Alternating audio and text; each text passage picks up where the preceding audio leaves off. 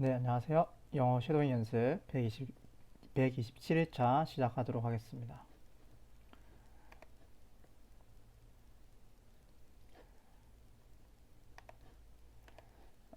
네, 먼저 첫 번째 영상으로는 Another Short 제네거 영상 해보겠습니다.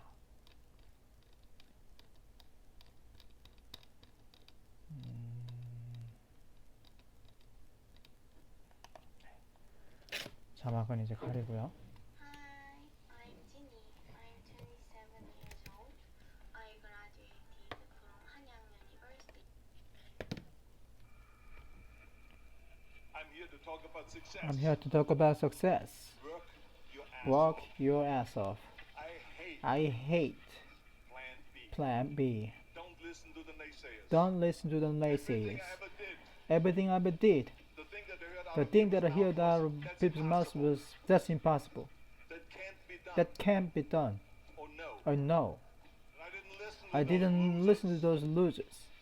I didn't listen to them at all. I didn't listen to them at I all. would have listened to the naysayers. If I would have listened to the naysayers, from bodybuilding bodybuilding to show business to to politics, I would I would not be standing standing here today talking to you. talking to you. I would be in I would be in Austria in the Alps yodeling. So when someone says no, this is a stupid idea, you in your mind, you don't have to say, but your mind just say this, fuck you, you're an asshole. What do you know?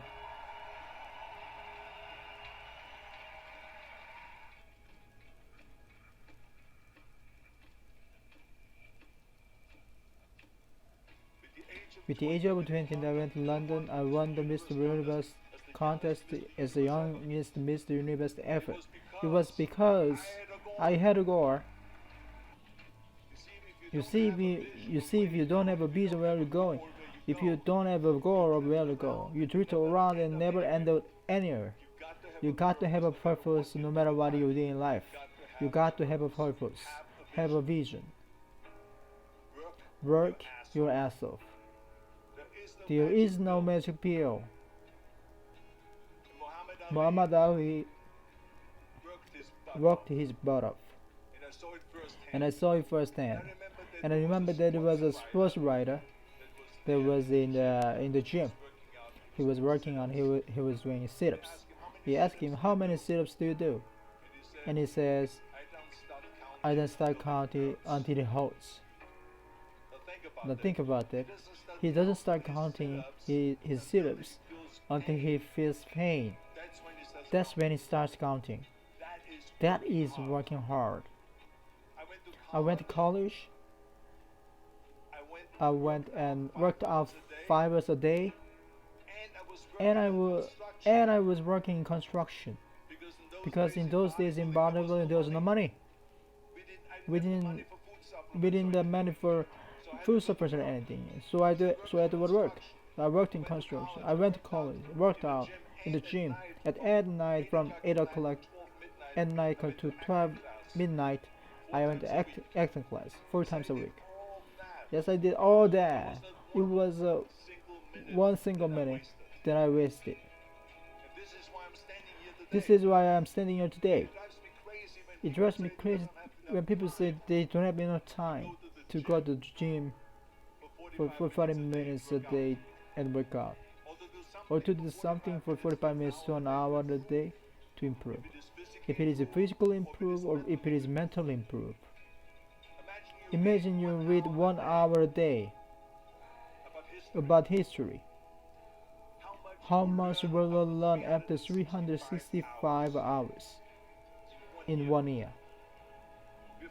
With 24 hours a day. We sleep 6 hours a day, so it gives us still 18 hours. There's someone shaking their head in her front to say, probably, I don't sleep 6 hours, I sleep 8 hours, right? We just sleep faster. But you can see how much time is available if you organize your day. So you got to work hard. You get it? Work like hell. Go to bed early you rise. Work like hell and advertise. So you work your ass off, and then you let the world know what about your work. What it's all about. Let everyone know. If you ever know about your work, that's what it is all That's about. what it's all about. Let people know. Let people know if you're a company, If if you have a movie, if you if you do do sports. Work your ass off and then advertise and let everyone know. You have so many of these people to say you can do it. That's impossible. That is okay because we just turn off. When you start doubting yourself, that's very dangerous. Because now what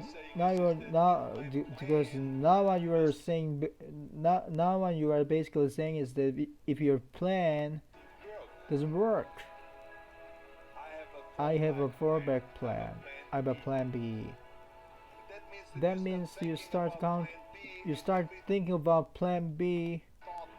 You start thinking about plan B, and every thought that you put into plan B, you're taking away that. You're taking away that now. You're taking away now that thought and the energy from plan A.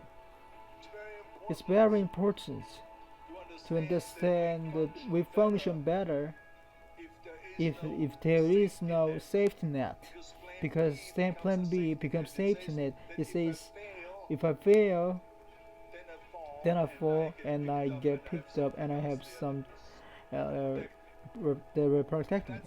That's not good. I'm telling you, I never ever had a plan B. I said I made a full commitment and then I'm gonna go and be a badminton champion. I made a full commitment that I'm gonna be in America. I made a full commitment I'm gonna get into show business and I'm going to be a leading man. No matter what it is, I will do the work. I will do the work over and over and over until I get it. To me, it is very dangerous to have a plan B. Because you're cutting yourself off from the chance really succeeding. The reason why people want to have a plan B is because they're worried about failing. What is if I fail? Then I don't have anything else. Well, let me tell you something. Don't be afraid of failing, because there's nothing wrong with failing. You have to fail in order to climb the ladder. In order to climb the ladder, there is no one who doesn't fail. We all fail.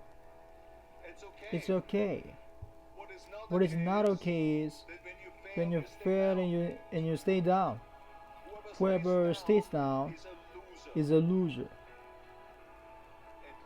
And winners will fail and get up. Will fail and get up. Fail and get up.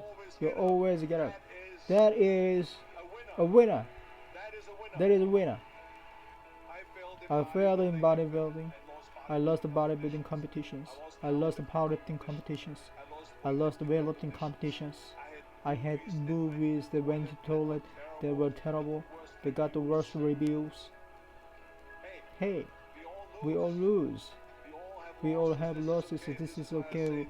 This is why I'm saying don't worry about losing, because when you're afraid of losing, you get frozen. You get stiff and you are not relaxed. In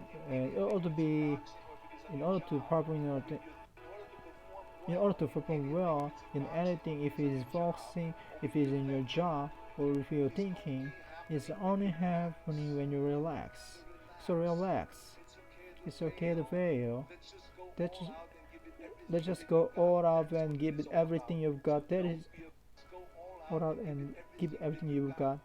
That's what it is all about. So don't be afraid to fail. Let's just go all out and give it everything you've got. That's what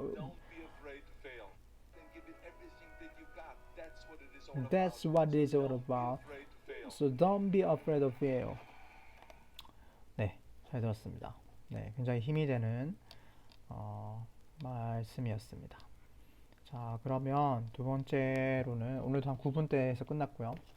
네, 이거 계속 반복하면 될 것 같습니다. 며칠 더. 오늘 할 거는 이제 오바마 국수주의사 미국 대통령 불평만 하는 이들에게 하는 영상 한번 보겠습니다.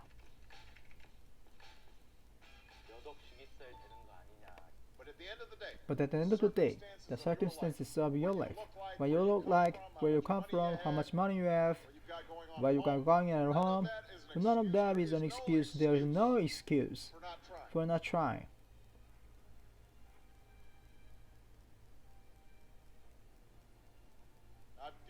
I've given a lot of speeches about education, and I've talked about responsibility a lot.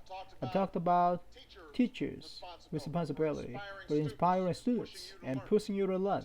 I've talked about parents' responsibility for making sure you stay on track and you get your homework done, and don't spend every waking hour in front of TV or with the Xbox.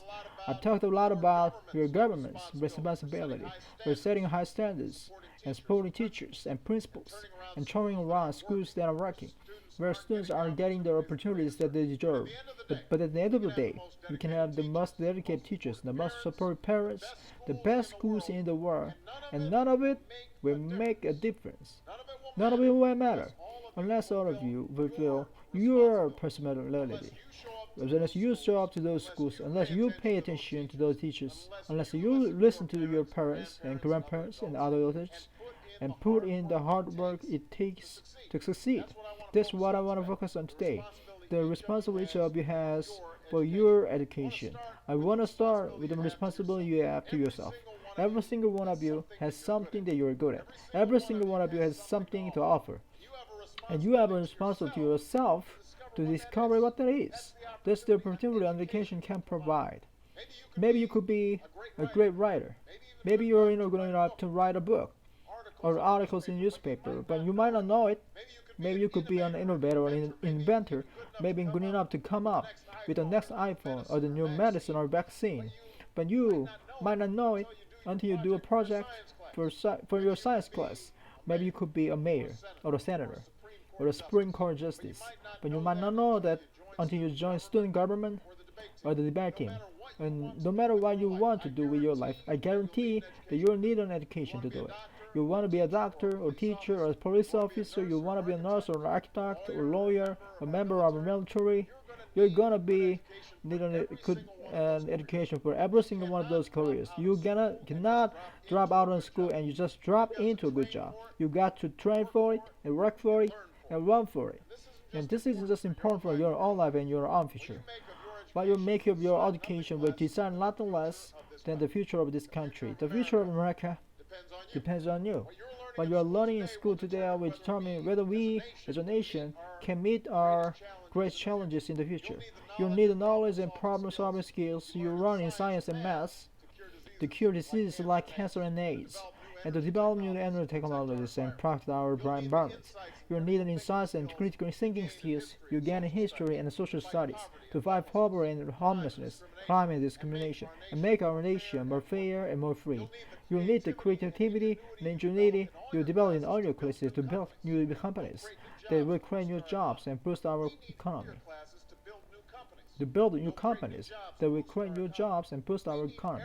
You need every single one of you to develop your talents and your skills and your intellect so you can help us all solve our most difficult problem. If you don't do that, if you quit in school, you're not just quitting on yourself, you're quitting on your country. I know it's not always easy to do well in school. I know it's not always easy to do well in school.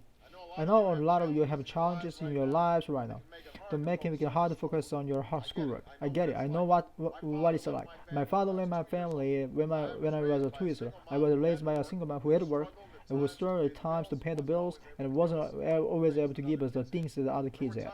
There were times when I missed having my father.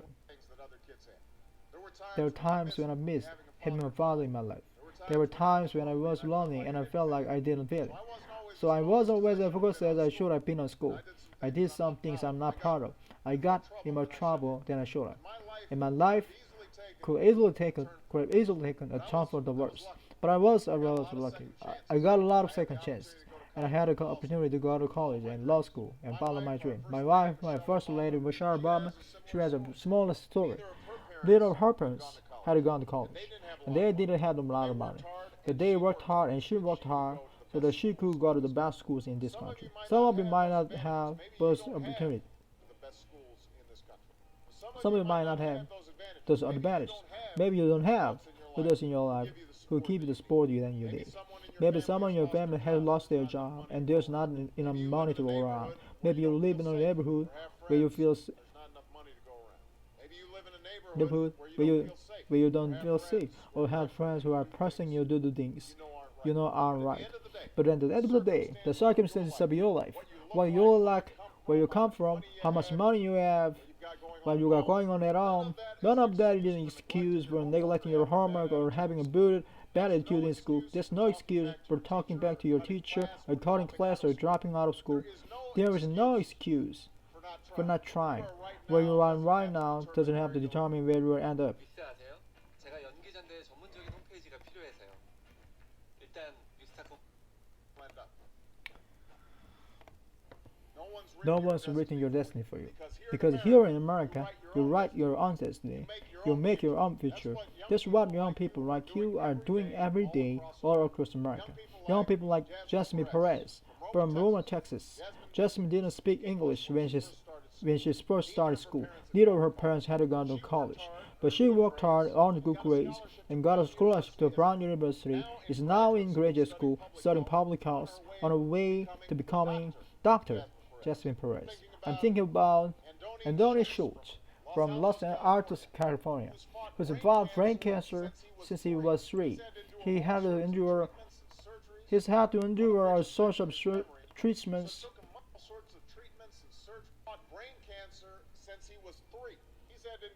He's had to endure all sorts of treatments and surgeries, one of which affected his memory. So it took him much longer, hundreds of extra hours to do his schoolwork. But he never felt behind. He's headed to college this fall, and there's Shannon Steve from my hometown of Chicago, Illinois. Even when bouncing from foster home to foster home in the toughest neighborhoods in the city, she managed to get a job at a local health care center, start a program to keep young people out of gangs, and she's on track to graduate high school with honors and go on to college. And Jasmine, Indoni, Chantel aren't any different from any of you. They face challenges in their lives just like you do. In some cases, they've got it a lot worse off than many of you. But they refuse to give up. They chose to take responsibility for their lives, for their education, and set goals for themselves. And I expect all of you to do the same. That's why today I'm calling on each of That's why today I'm calling on each of you to set your own goals. That's why today I'm calling on each of you to set your own goals for your education. Each one of you. That's why today I'm calling on each of you to set your own goals for your education. Through your education. That's why today I'm calling on each one of you, each of you to set your own goals. Each of you to set your own goals through your education. That's why today I'm calling on each of you to set your own goals through your education. And do everything you can to meet them. But whatever you resolve to do, I want you to commit it. I want you to really work at it. I know that sometimes you get this sense from TV that you can be rich and successful without hard work. That your ticket to success is through rapping or basketball or being a reality TV star. Chances are you are not going to be any of these things. The truth is, being successful is hard. You won't love every subject that you will study. You won't click with every teacher that you have. Not every homework assignment will seem completely relevant to your life right at this minute. And you won't necessarily succeed at everything the first time you try. That's okay.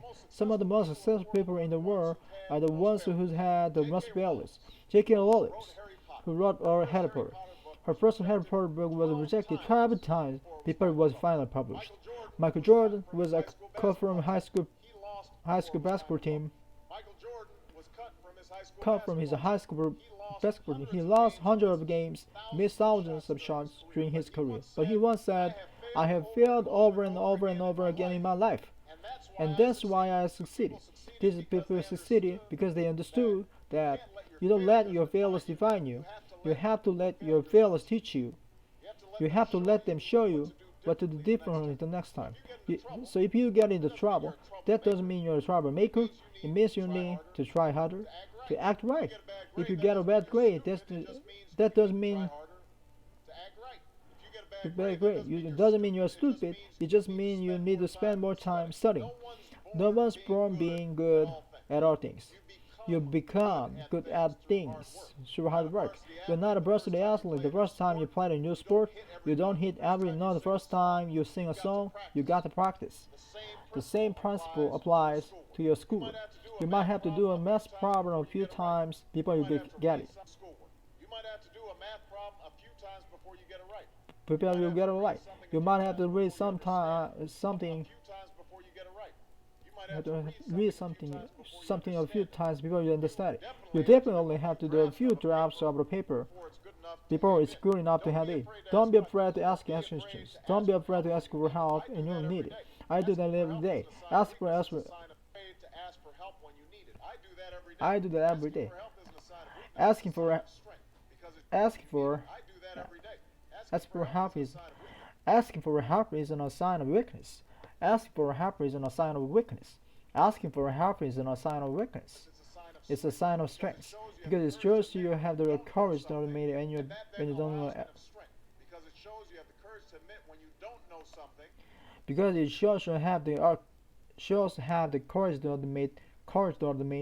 you're done something. Because it shows you have the courage to admit when you're done something. Because it shows you have the courage to admit when you're done something. And that then allows you to learn something new. And that then they allows you to learn something new. So find a dirt. So find a dirt that you trust. So find the dirt that you trust. To find the dirt that you trust. A parent and a grandparent, a teacher, a coach, or a counselor, and ask them to help you stay on track to meet your goals. And even when you're struggling, and even when you're discouraged, and you feel like other people have given up on you, don't ever give up on yourself. Because when you give up on yourself, you give up on your country. The story of America is about people who quit when things start tough. It's about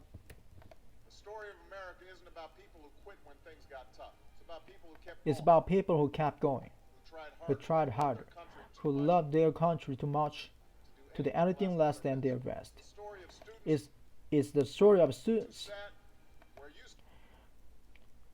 who said, "Where you sit 250 years ago and went on to wage a revolution and they founded this nation." Young people, students who said, "Where you sit 75 years ago, who overcome a depression and won a world war, who fought for civil war and put a moon on the wall." Students who said, "Where you sit 20 years ago, who founded Google and Twitter and Facebook and changed the way we communicate with each other."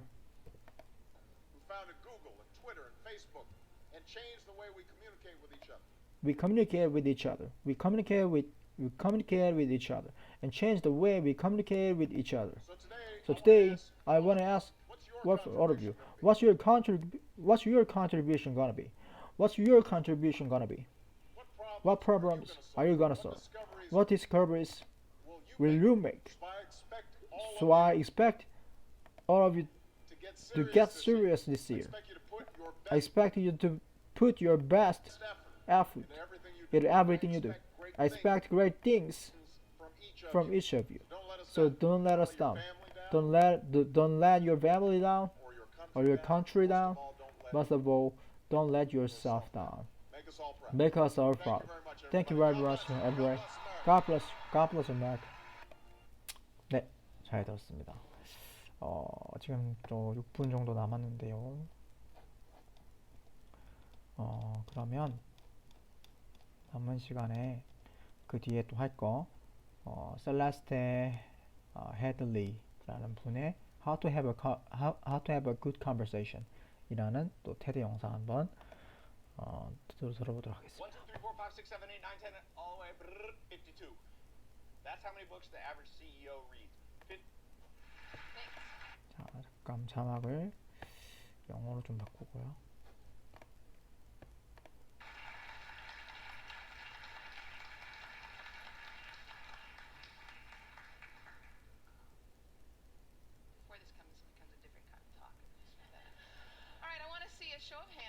All right, I wanna see a I wanna see a straw How fan. many of you have unfriended someone on Facebook How many of you have unfriended someone on Facebook because they said something offensive about politics? because they say something offensive about politics, religion, Childcare, childcare, food? food?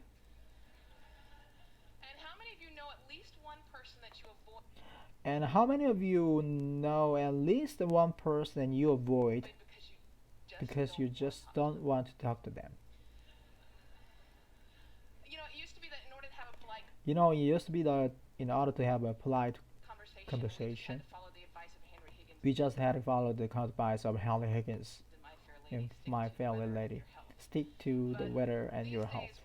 But But these days, with climate change and anti-vaccine, those subjects are are not not safe safe either. either. So this world that we live in, this world in which every conversation has the potential to devolve into an argument where our politicians can speak to one another, and even where, and where even the most trivial of issues have someone fighting both passionately for it and against it, is not normal. Pew Research did a study of 10,000 Americans, and they found that this month we are more polarized, we are more divided than ever have been in history. We're less likely to compromise, which means we're not listening to each other, and we make decisions about where to live, who to marry, and even who our friends are gonna be, based on what we already believe. Again, that means we're not listening to each other. A conversation requires a balance between talking and listening. And somewhere along the way, we lost that balance. Now, part of that is due to technology. Now, part of this is due to technology. The smartphones that you all either have in your hands are close enough that you could grab them really quickly. According to Pew Research, about a third of American teenagers send more than 100 texts a day, and many of them, almost most of them, are most likely to text their friends than they are to talk to them face to face. There's this, there's this, there's this great piece in the Atlantic. It was written by a high school teacher named Paul Bono, and he gave his kids a communication project. He wanted to teach them, he wanted to teach them how to speak on specific subject without using notes. And he said this is, I came to realize I came to realize that conversation and competence might be the single most overlooked skill we fail to teach. Kids spend hours each day engaging with ideas and each other through screens, but rarely do they have an opportunity to hone their interpretation and comprehension skills. It might sound like a funny question, but we have to ask ourselves, is there any 21st century will more important than being able to sustain coherent, confident conversation? Now I'm making my living talking to people. No, I make my living talking to people. I make my living talking to people. Nobel Prize winners, truck drivers, billionaires, kindergarten teachers, heads of states, plumbers. I talk to people that I like. I talk to people that I don't like. I talk to some people that I disagree with deeply on a personal level. But I still have a great conversation with them. So I'd like to spend the next 10 minutes or so teaching you how to talk and how to listen. Many of you have many of you have already heard a lot of advice on this. These things like look the person in the eye, think of interesting topics to discuss in advance, look, nod, and smile to show that you are paying attention. Repeat back what you just heard, summarize it. So I will, so so I want you so I want you to forget all of that is crap. There is no reason to learn how to show you're paying attention if you are in fact paying attention.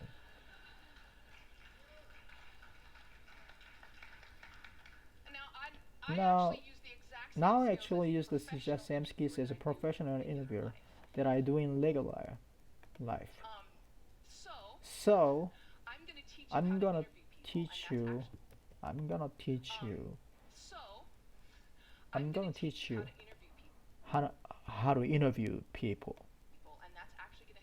And that's actually gonna help you learn how to be better conversationalist, learn how learn to have a conversation without wasting your time, without getting bored, and please God, without offending anybody.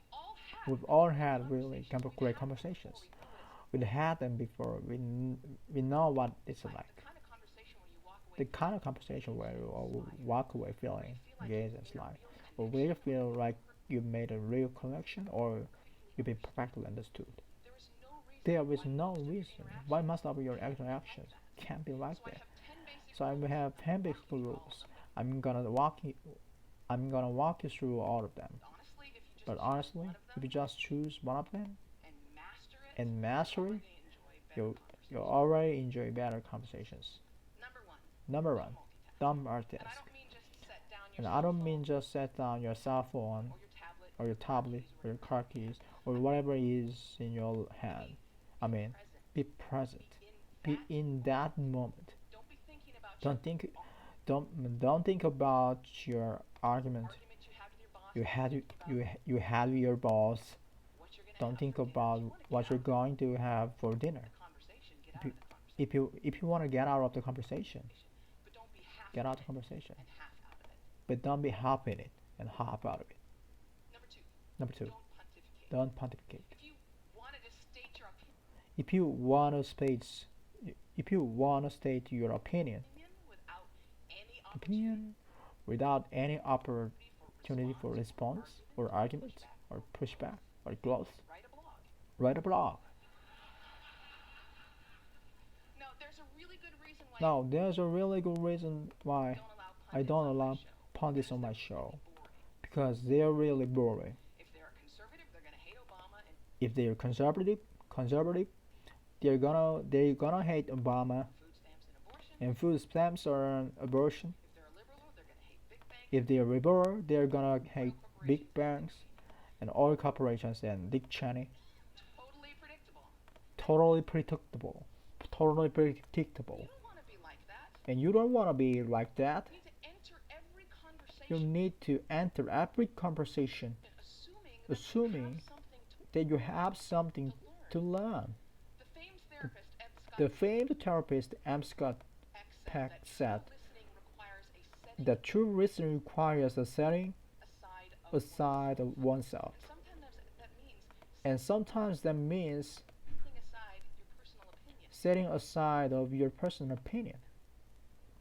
He said that sensing this acceptance, the speaker will become less and less vulnerable and more likely to open up the inner recesses of his or her mind to the listener.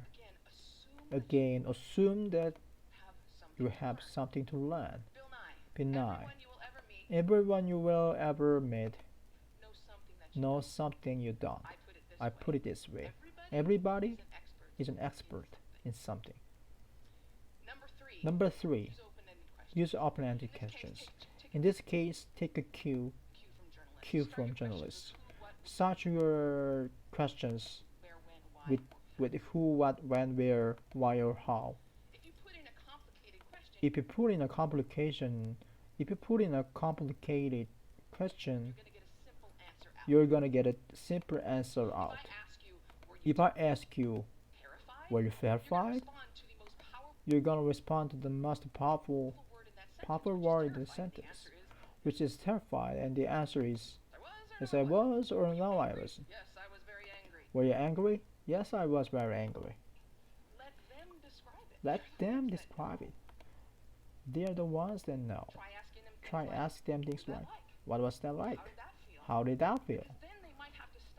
Because then they might have to stop for a moment and think about it, And you're gonna get a much more interesting and you're gonna get a much more interesting response. Number Number 4, 4, go with the flow. go with the flow. That means That means thoughts will come into your mind. thoughts will come into your mind, and you need to let them Go out of go out of your mind. We've heard With, interviews with often hard in interviews which a guest done, is talking for in which a guest is talking several minutes, for several and the minutes, host comes back in and then the host comes back in and asks a question which seems asks like it a comes out of question, nowhere, which seems like it comes out of nowhere, or it's already been or it's answered. already been That answered. means That means the host probably stopped listening 2 minutes ago he thought of this because he thought of this really clever clever question, question, and he was just bound and he was just bound determined to say that. and determined to say that. And we do the exact same thing. We're sitting there having a conversation We're sitting there having a conversation with someone, and and then we remember that time that we met Hugh Jackman in a coffee shop, and we stopped listening. We're just waiting for a moment to interject our story about Hugh Jackman and coffee. Stories and ideas are going to come to you. You need to let them come and let them go. Number 5, if you don't know, say that you don't know. Now, people on the radio, especially on NPR, are much more aware that we're going on, and so they are more careful about what they claim to be an expert in and what they claim to know for sure. Do that. Err on the side of caution. Talk should not be cheap. Number 6, don't equate your experience with theirs. If they're talking about having lost a family member, don't start talking about the time you lost a family member. If they're talking about the trouble they're having at work, don't tell them about how much you hate your job. It is not the same. It is never the same. All experiences are individual. And more importantly, it is not about you. You don't need to take that moment to prove how amazing you are or how much you've suffered. Somebody asked Stephen Hawking once what his IQ was, and he said, "I have no idea. People who brag about their IQs are losers." Conversations are not a proportional opportunity. Number 7, try not to repeat yourself. It's condescending and it's really boring, and we tend to do it a lot, especially in our conversations or in conversations with our kids. We have a point to make, so we just keep repeating it over and over. Don't do that. Number 8, stay out of the weeds. Frankly, people don't care about the years, the names, the dates, all those details that you're struggling to come up within your mind. They don't care. What they care about is you. They care about your real life, what you have in common. So forget the details. Leave them out. Number 9, this is not the last one, but it is the most important one. Listen. I cannot tell you how many really important people has said that listening is perhaps the number one most important skill that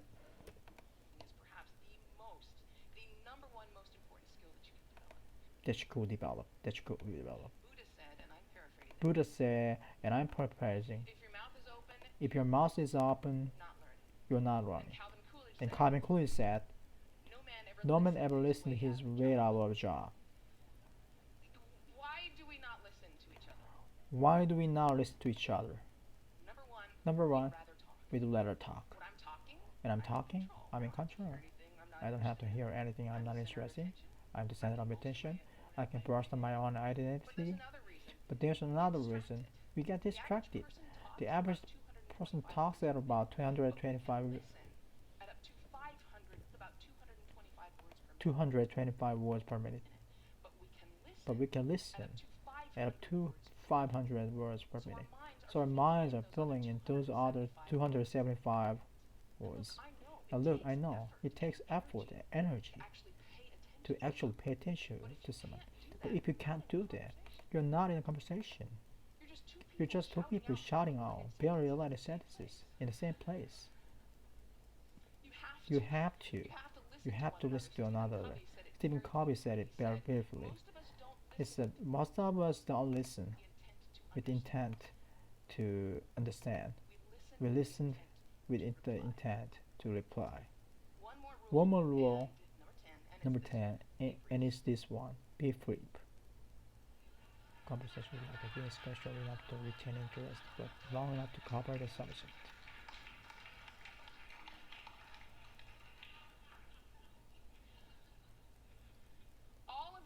All of this boils down to the same basic concept, and it is this one. Be interested in other people.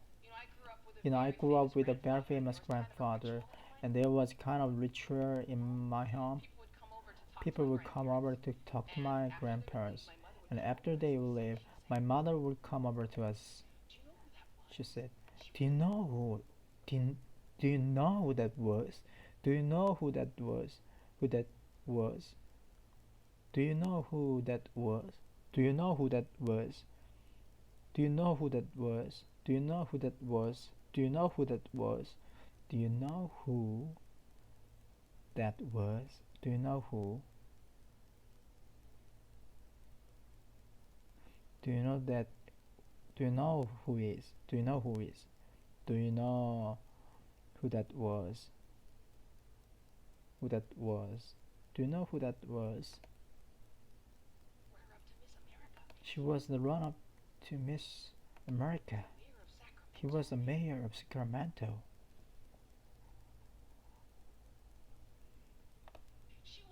She won a Pulitzer Prize. He's a Russian ballet dancer, and I kind of grew up assuming everyone has some hidden amazing thing about them. And honestly, I think it's what makes me a better host. I keep my mouth shut as often as I possibly can. I keep my mind open, and I'm always prepared to be amazed, and I'm never disappointed. You do the same thing. Go out, talk to people, listen to people, and most importantly, be prepared to be amazed. Thanks. 네, 오늘 여기까지 하겠습니다. 감사합니다.